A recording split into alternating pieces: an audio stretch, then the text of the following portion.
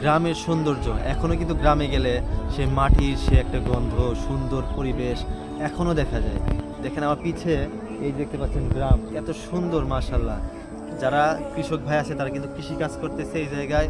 অনেক রকমের ওই কালাই বলে, হ্যাঁ ওই কলাই হচ্ছে যেটা সাহায্যে আর কি ডাউল বানায়, সেটা এখানে চাষ করতেছে। পাশাপাশি দেখতে পাচ্ছেন ওই পাশে ভেড়া আছে, ভেড়ার পাশাপাশি মনে করেন যে পাশে যে গরু আছে, গরু এখানে চড়াইতেছে, ছাগল আছে।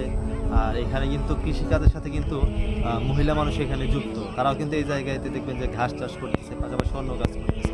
এবং এই পাশে কিন্তু যমুনা নদীর একটা শাখা এখানে বয়ে গেছে, ঠিক আছে, বড় একটা লম্বা কাটাখালির মতো একটা শাখা বয়ে গেছে। ওই পারে কিন্তু একটা চর আছে যাকে বলে আর কি। বড় যদি এটা বালু ফেলানো হয়েছিল, এখন ওই জায়গায় কিন্তু অনেকগুলা বসতি এখন তৈরি হয়েছে, ঠিক আছে। সো এই যে একটা টোটাল একটা সুন্দর জায়গা, এটা কিন্তু যদি আপনি উপভোগ করতে চান অবশ্যই কিন্তু আপনাকে গ্রামে আসতে হবে, তাছাড়া কিন্তু কোনোভাবেই সম্ভব না। সো আজকে এই জায়গায় আসছি, আলহামদুলিল্লাহ একদম মনটা একদম ভরে গিয়েছে। এত সুন্দর জায়গা, ইট পাথরের দেয়ালের বাইরে এত সুন্দর জায়গাতে আসলে মনটা আসলেই ভরে যায়। সো সবাই চেষ্টা করবেন এরকম সুন্দর গ্রামে ঘুরতে যাওয়ার জন্য। সো সবাই ভালো থাকবেন, সুস্থ থাকবেন। আসসালামু আলাইকুম।